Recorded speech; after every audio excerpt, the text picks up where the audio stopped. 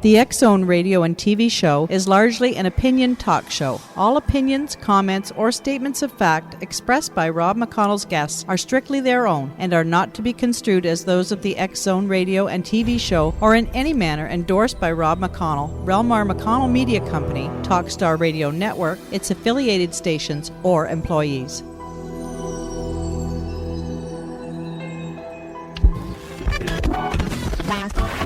All Hit Radio.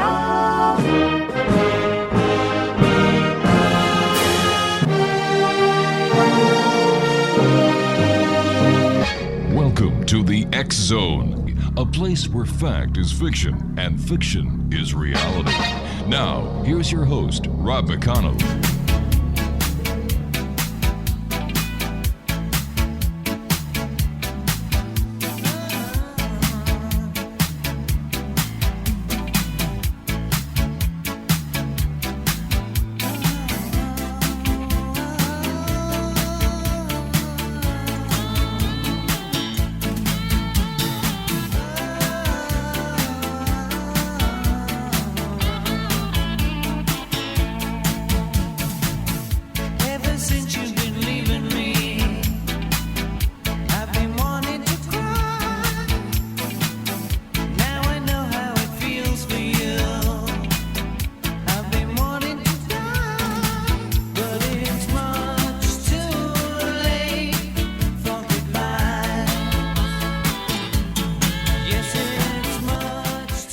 Welcome back to the X-Zone, everyone. My name is Rob McConnell, coming to you from our studios in Hamilton, Ontario, Canada. Worldwide toll-free 1-800-610-7035. My email address is xzone@xzoneradiotv.com.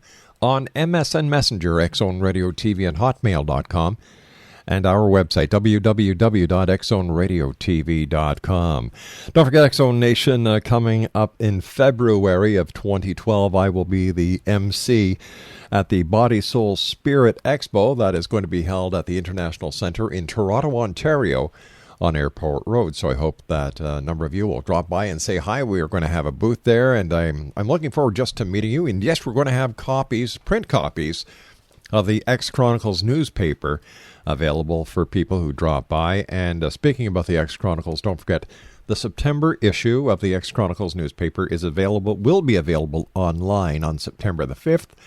It is a 10-year commemorative 9/11 edition.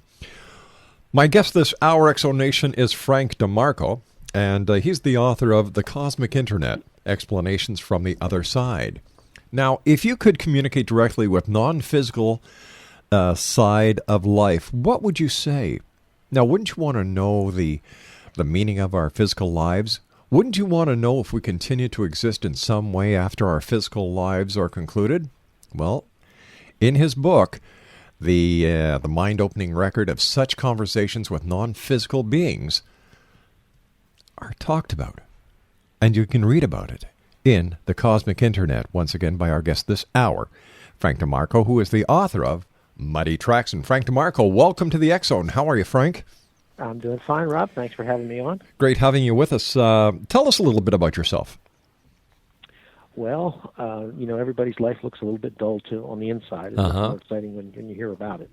I was one of the founders of Hampton Roads Publishing Company back in '89, and before that I'd been a journalist and done this and that.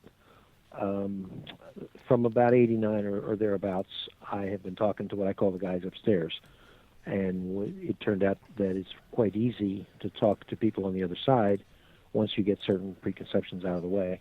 And for the last 20 years, it's been my experience is getting the preconceptions out of the way has been the work, And then from then on, it has been a very mind-opening experience. What is the number one roadblock that people face when trying to communicate with the other side, in your opinion?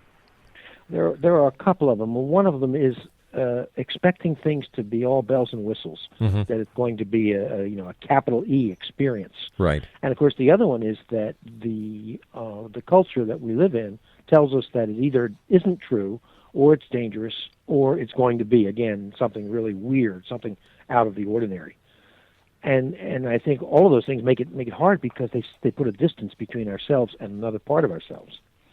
One of the the assumptions that I work on, and one of the assumptions that the guys upstairs, as I call them, have been giving me is we, as individuals here in the body, also extend into the other side. It's just different territory. The other side doesn't have time in the way that we have it. It doesn't have separation. It doesn't have immediate consequences. And because of that, it appears to be something radically different from us. And yet, as they've pointed out, our minds themselves function in the non-physical, not in the physical. We have the brain to translate the mind into the body, But if you think about it, in your mind you can travel forward or backwards in time, for instance, or go to alternative realities. You can't do that in the physical. It's sort of a giveaway that our minds themselves are on the other side. Frank, stand by. You and I have to take our commercial break. We'll be back in 2 minutes. Exonation, Frank DeMarco is our very special guest. He is the author of The Cosmic Internet, Explanations from the Other Side. His website, hologrammBooks.com. That's www.hologrammBooks.com. Frank DeMarco is my guest this hour, and we'll be back in 2 minutes as the X Zone continues with yours truly, Rob McConnell, from our studios in Hamilton, Ontario, Canada. Don't go away now.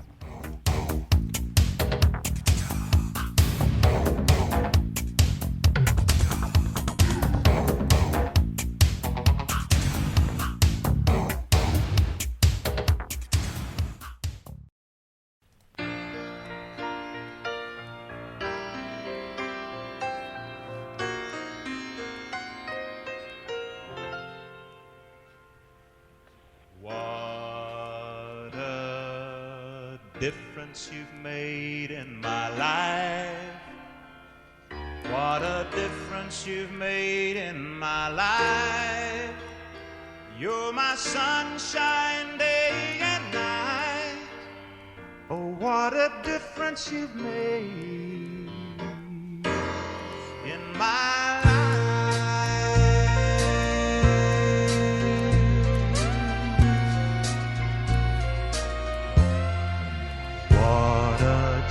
You have made in my heart. What a change you have made in my heart. You replaced all the broken parts. Oh, what a change you have made in my heart. Love to me was just a word in a song that had been. And welcome back, everyone. Frank DeMarco is our special guest this hour. www.hologrammBooks.com. That's HOLOGRAMBOOKS.com. And he's the author of The Cosmic Internet, Explanations from the Other Side. Do you think that our Western culture has a problem when it comes to communicating with the spirits on the other side, or is it much larger in that Western culture as it stands has a problem with the presence of the supernatural? Yes, you got it right there. In fact, I wish they would stop calling it the supernatural and just call it the non-physical natural, because it's as natural as the physical is, Yeah. But yeah, you've absolutely put your finger on it. In fact, it looks to me like we're split about three ways. We have people who trust religious authority, and so they'll just quote scriptures, but they won't investigate. We have people who trust scientific authority, and unfortunately, they won't investigate either. And you understand these are very broad brush strokes. Right. They won't investigate either. They're saying, well, no, science says it can't be done. And then you have intuitives, and the intuitives are sort of left on their own without being able to rely either on the religious or the scientific authority. And that's a pathological state of affairs, because a really functioning culture, all of those things point in the same direction. When religious and scientific and artistic truth are different aspects of the same truth, if they're all describing something that's entirely different and contradictory, something wrong somewhere. Yeah, it's also strange that Christianity is based on a spiritual being, and yet that very same religious doctrine tells us that we shouldn't believe in what we can't see. Well, no, that's not actually so, Rob. The thing is, people's common ideas about religion and about science are so different from the actual reality. For instance, even despite what I just said, there are scientists who know full well that there's been 150 years of very good experimentation and evidence that shows that the non-physical exists, that it has to, and that all of these, what they call weird things have been testified to Right. over thousands of years. The same thing with religion. Religion is all over the map on this in terms of what it means, but I don't know of any religion that says the non-physical doesn't exist.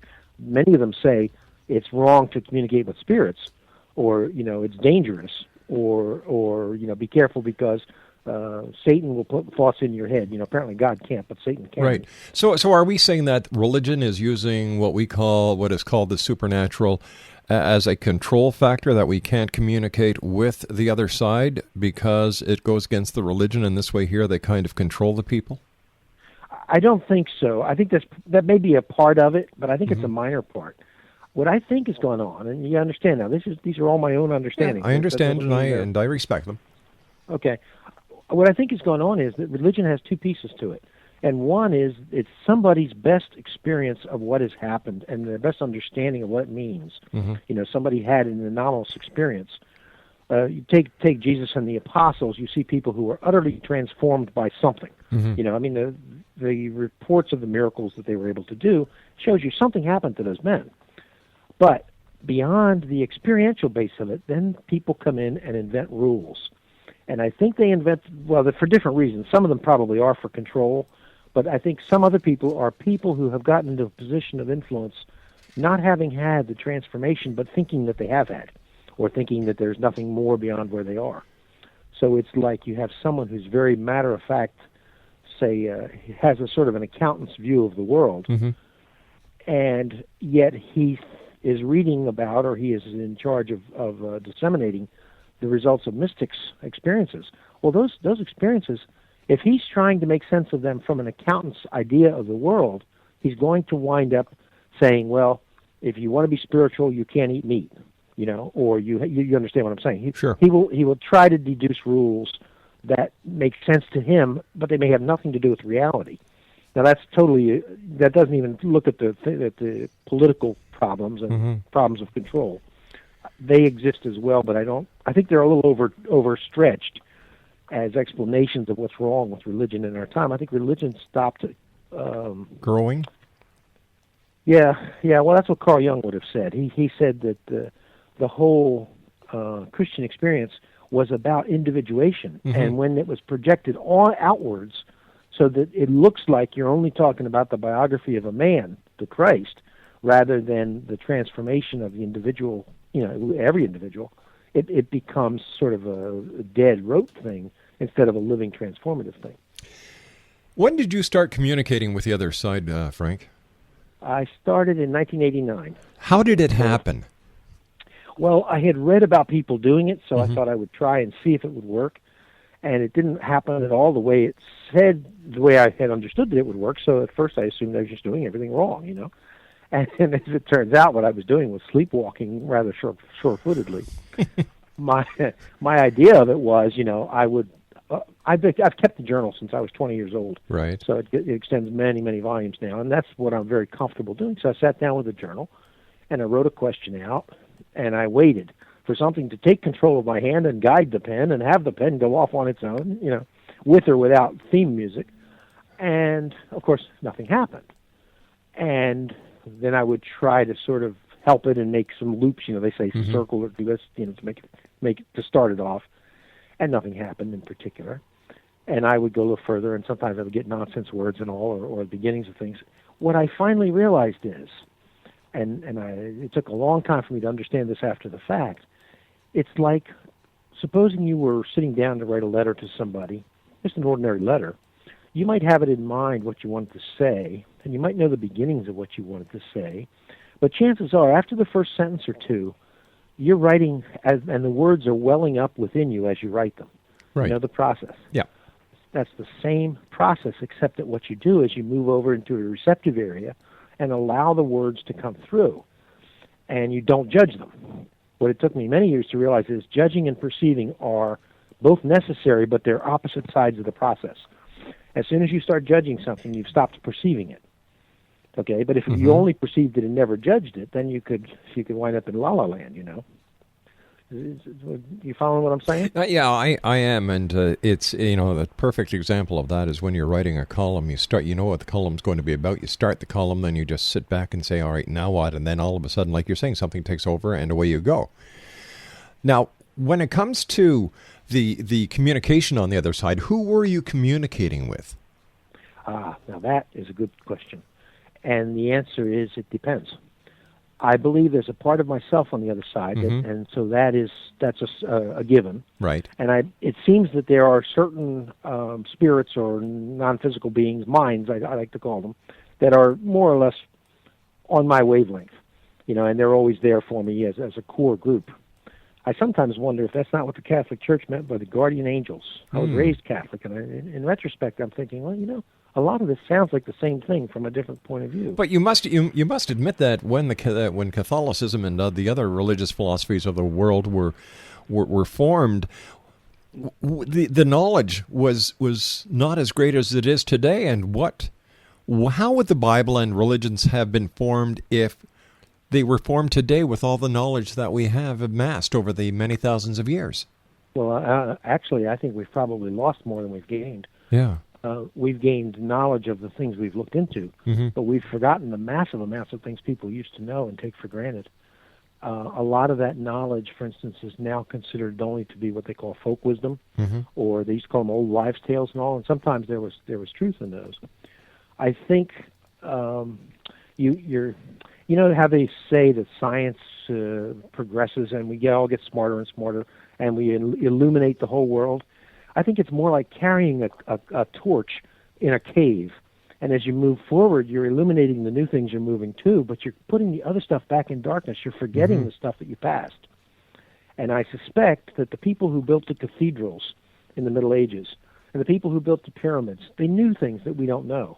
And some of those things were really highly important to our full being, which I would say is both physical and non-physical. Let me ask you this, Frank. Do you think that there was alien intervention when it actually came to the manufacturing and the building of the pyramids, or were these feats done by humans using the lost knowledge that we're talking about? My friends who used to be in the military used to answer a question like that by saying, that's above my pay grade. I really don't know, Rob. I'm trying desperately in my old age to hold myself to things that I think I know something about. So do you think that aliens from other planets have actually visited this planet? Well, I expect they have. I expect it would be hard to look at a lot of that evidence and not think so. Yeah. I think they're doing it right now. But that's not the same as saying that the guys upstairs have told me so, and even if they did, sometimes I might get something wrong. What they have said is they divide the world into physical and non-physical, and that they're in contact with civilizations on the other side of galaxies that are no farther from them than we are, the difference between physical and non-physical, and yet we'll never hear of those others. I often wonder, Frank, if we actually have it reversed, that what we believe to be the physical is actually the non-physical. Say a little more about that. Well, let me talk about that when we come back from this commercial break with the news. Exonation, our special guest is Frank DeMarco. His website is www.hologrambooks.com, HOLOGRAMBOOKS.com. He's the author of The Cosmic Internet, Explanations from the Other Side, and we'll be back on the other side of this commercial break as the X Zone continues. We're right here from our studios in Hamilton, Ontario, Canada. If you'd like to read the online edition of the X Chronicles newspaper, it is 100% free, X Zone Nation.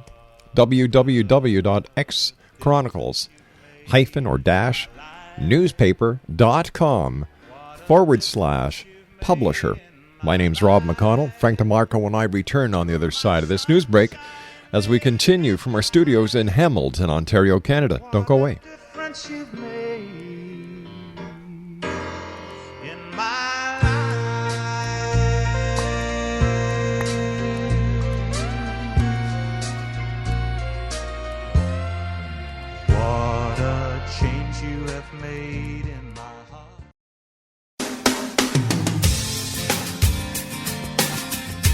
You're listening to the X Zone Radio Show, live and around the world on the Talkstar Radio Network, X Zone Broadcast Network, UK High Definition Radio, Euro High Definition Radio, and Star Cable. Our toll-free telephone number worldwide is 1-800-610-7035. Our email address, xzone@xzoneradiotv.com. On MSN Messenger, xzoneradiotv@hotmail.com, and our website, www.xzoneradiotv.com.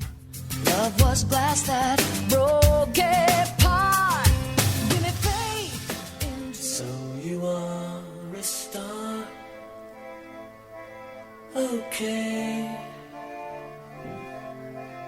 Nobody knows you like I do.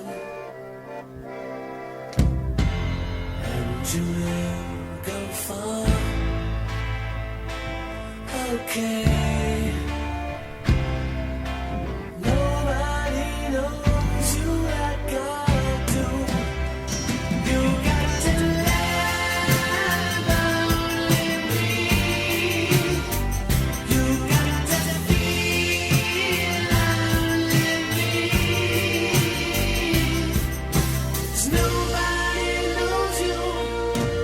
Nobody shows you the way that I do. And welcome back, everyone. My name is Rob McConnell. This is the X Zone. And a number of you have sent me emails asking us about the Paranormal Broadcast Network. It is on. It is running. We are still running beta testing on it, but it is running 24 hours a day, 7 days a week, 365 days of the year. The full-time programming starts on October the 1st when we start with what's the name of the network? TV, right. Exonation, these are very strange times, and Craig asked me on the commercial break if I took my Gravol pill, because what we've got here in front of us in the studio is the stock market ticker.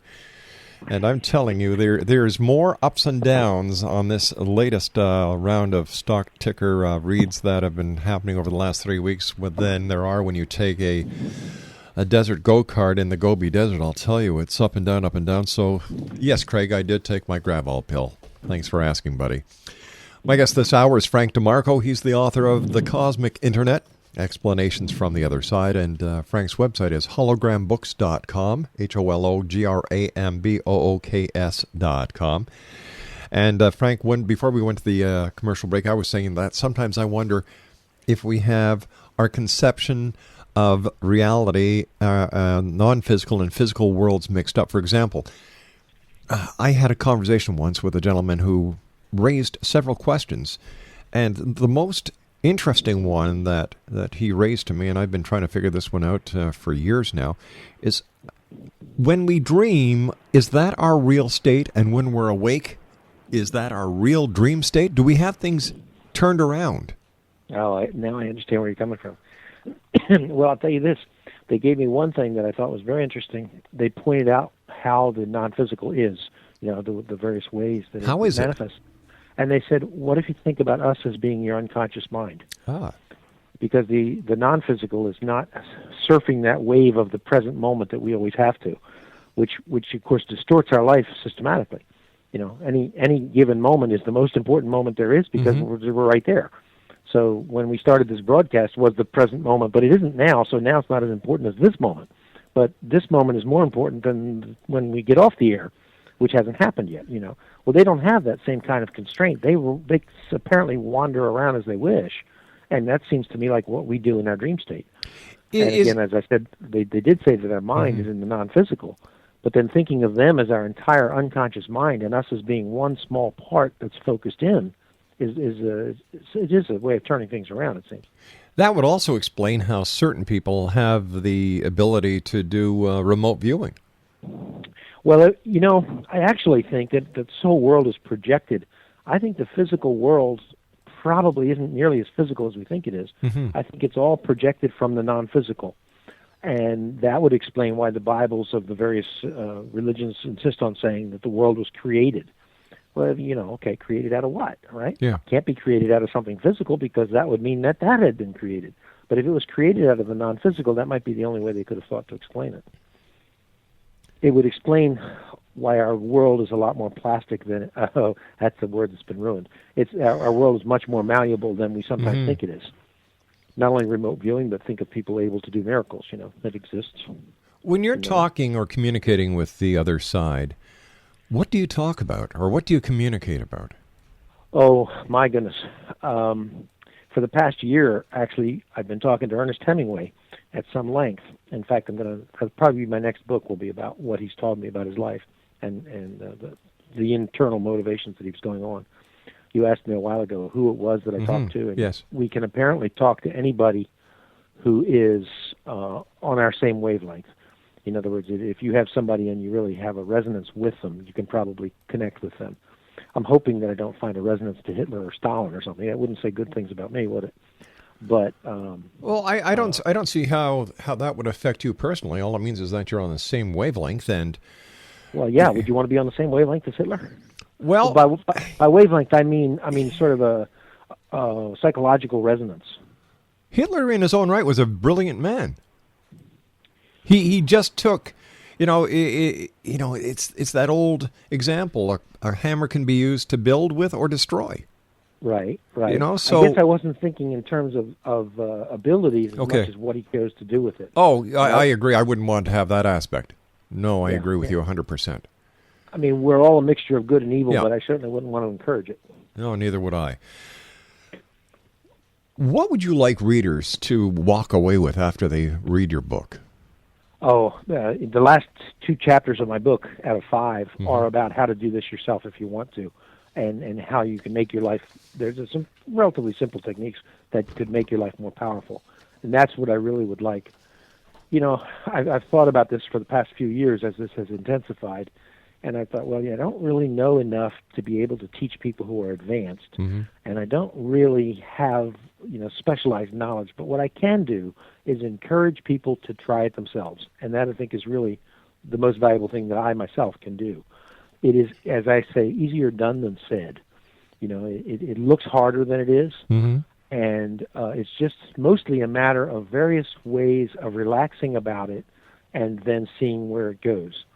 Now, there may be some people who have an immediate resistance to doing it, and I would say, if you have a resistance to doing it, don't do it.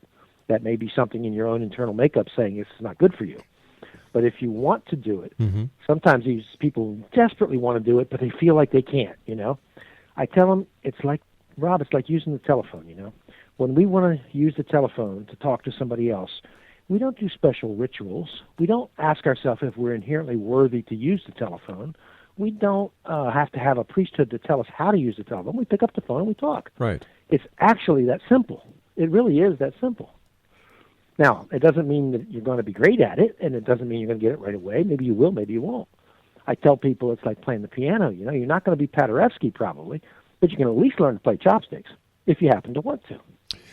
Plus, I love your telephone analogy because many times you dial the wrong number. Well, actually, that's the reason I called it the cosmic internet rather than the cosmic telephone, is because I think the physical internet gives us for the first time a very good physical analogy to the situation. Exactly. You get on the internet and you connect with somebody. I have friends from across the world that I haven't met, and I'm sure you do too. I'm sure everybody does. Well, I don't know about everybody, but lots of us do. You don't know anything about that person except what they've told you and what you deduce from dealing with them. But chances are there's some area of resonance between you and them, or you wouldn't be in communication. And you don't need to meet them, and you don't need to know a lot of things, but you can interact that way. That's a pretty good analogy, it seems to me, with where we are with the other side. How would communication with the other side help me to live my life better day by day? What would I be able to enrich in my life, and how? Well, for one thing, if you were worried about survival, if you were afraid that really at the end of life there's nothing, to be gained, or that you're going to be extinguished, or that you're going to go to heaven or hell or something, I think this would help you. Another thing is, our society typically doesn't give you much of a way to conceptualize life on the other side, and I think having a real sense of the afterlife, of the fact that the mind you're creating today exists on the other side and continues to function on that side, it's not quite as vague as the conceptual ideas that we have, people will say, well, we're here on this earth school and we're here to learn. And the guys always say, well, yeah, you're here to learn, but mostly you're here to choose, because in choosing you create what you are. And in creating what you are, you create the possibilities on the other side. They're saying basically our life here on earth is designed to fashion us for our real life, which is beyond the earth. There are things that can be accomplished in matter that can't be accomplished outside of matter. For instance, they look at us as a collection of maybe millions of traits. Okay, some of them are moral traits, some of them are physical, some of them are mental, some are habits, some are all kinds of things. Our life as we live it gives us all these opportunities to choose, whether we want to choose or not. We have to, really. At the end of your life, if you've made consistent choices, take Hitler as an example. If Hitler had had the same experiences and had made the choice consistently to choose love rather than hatred, that one systematic choice would have entirely reshaped his life as he went along. Now, who knows what would have gone on? I mean, he might have died in obscurity. Who knows? But I think he might be in a better shape than he's in now, having done that. I think the world would be anyway. Did that get too far off the point? No, not at all, sir. What happens to us then when we die, and what is our next step in our spiritual evolution, according to those that you've communicated with on the other side? Yeah, well, that's the interesting thing. I can see parts of it. They've given me parts of it rather clearly, which is that the same as you and I are communicating now. I asked them once, what do you do on the other side? And they said, well, we relate. And oh, thank you. That clears it all up. Now, what do you mean? and apparently what it means is that what we are is like a knot in the fabric over there. We're a more complicated mind than could have been created without being inside time and space first. Right. What that all amounts to, I don't know. I can't get it. I can't really conceptualize it. It's clear that they, or we, on the other side, continue to interact with people on what they call the earth, meaning the physical. But they're doing something else among themselves, and I don't know what. Could we call them the universal philosophers of time? They once said to me, well, you're thinking of us as teachers, but what if we told you we were roofers? Well, that answered that question now, didn't it? Well, actually, there's a little. They were a little more straightforward than that sounds. What they mean is, it depends on what you come. In fact, they so often say, what the answer is depends on what you're using it for, or where you're coming from. I see. So if you're saying you could look at them as universal philosophers, yes, if you have an interest in philosophy, you could extend over there and go from one to the other. I suppose you could probably deal with Socrates or Plato themselves if you wanted to, or whomever it was.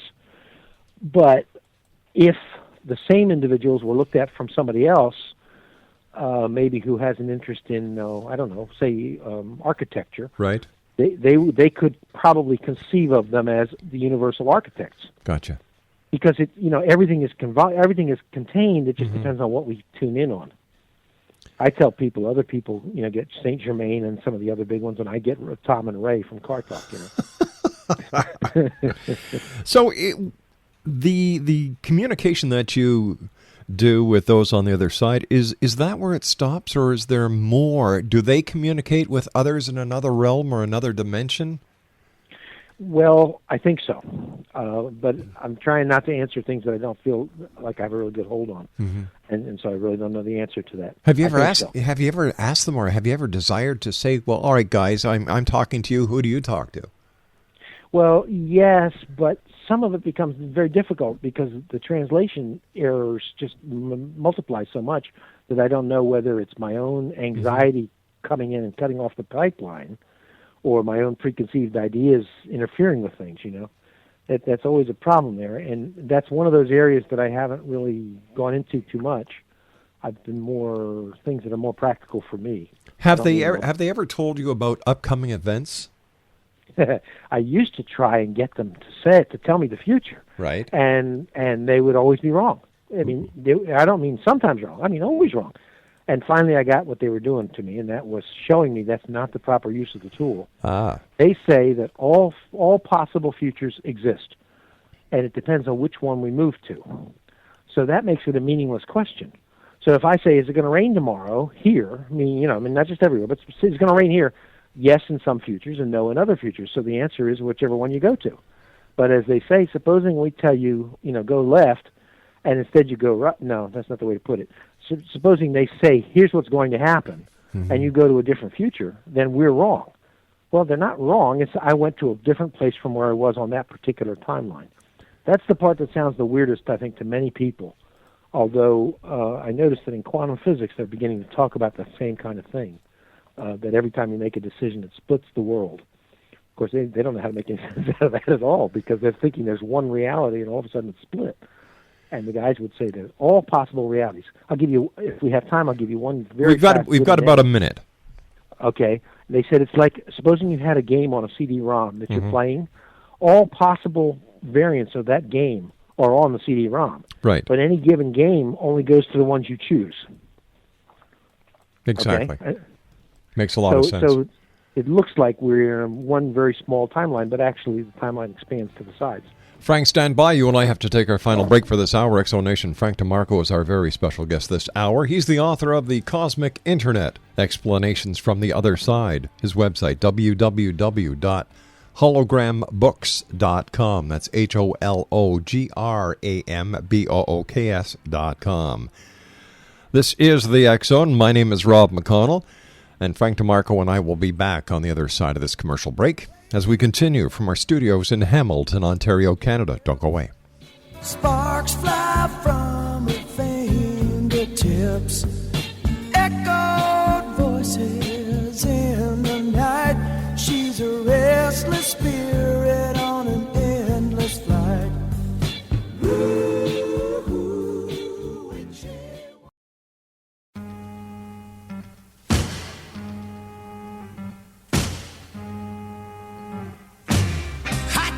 Summer in the city, back of my neck getting dirt and gritty. Bend down, isn't it a pity? Doesn't seem to be a shadow in the city. All around, people looking half dead, walking on the sidewalk hotter than a match here. But at night it's a different world. Go out and find a girl. Come on and dance all night. Despite the heat, it'll be alright. And babe, don't you know it's a pity the days can't be like the nights in the summer, in the city, in the summer, in the city. Cool town, even in the city, dressed so fine and looking so pretty. Cool cat, looking for a kitty, gonna look in every corner of the city. Till I'm wheezing like a bus stop, running up the stairs, gonna meet you on the rooftop. And welcome back, everyone. Frank DeMarco is our guest. He's the author of The Cosmic Internet, Explanations from the Other Side. His website is hologrambooks.com. First of all, Frank, thank you very much for joining us. It's been a great hour chatting with you. One question I'd like to know is, do those on the other side watch what we do here on this planet? Yes, in terms of being aware with us. No, in terms of being voyeurs. Okay. That's what some of your listeners may be worried about. It appears that whenever I hook on into someone else, say Yeats or Hemingway, just to use famous examples, they apparently know whatever I know. In other words, as soon as we hook in with them, they're connected to our mind. Again, that unconscious mind on the other side is a pretty good analogy. It's like we make them a little more conscious when we talk to them. Let's put it that way. The conscious mind on the other side could that be to what many people refer to as the Akashic Records? Well, I think the Akashic Record is actually where everything is located, but the minds are a little different than that, I think. And again, I think, it's just a guess. We still have so much to learn from the other side. How can we do this? How can we lift up that veil and communicate more freely, more frequently, and get more people to understand that it's part of what existence is all about. There's nothing unnatural or supernatural about it. That's right. I don't think there's anything really that will substitute for experience. If people can read about it for years and they can hear other people's experiences, but if they'll sit down and do it themselves with a little bit of care, but in other words, in a serious, not in a frivolous way, and certainly not in a malicious way, if they'll do that, they'll find that their life gradually changes, and it'll change in a more productive manner, I believe. It has, and mine certainly has. Frank, do you have any more books coming out? Well, yeah, I think this Hemingway book will be out next year, I expect. I just finished editing the second draft of it yesterday, actually. And then they have material from about 2005 on, and there's at least 2 more books in there from the guys. I've been mining it, basically, and doing, trying to make sense of it. Well, of course, more comes in as fast as I write it, so... Quickly, we've got about a minute left, Frank. What is your opinion on the end of the Mayan calendar, December the 21st, 2012?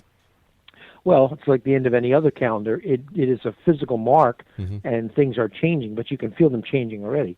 If people have their heart set on the world ending, I think they're going to get real disappointed.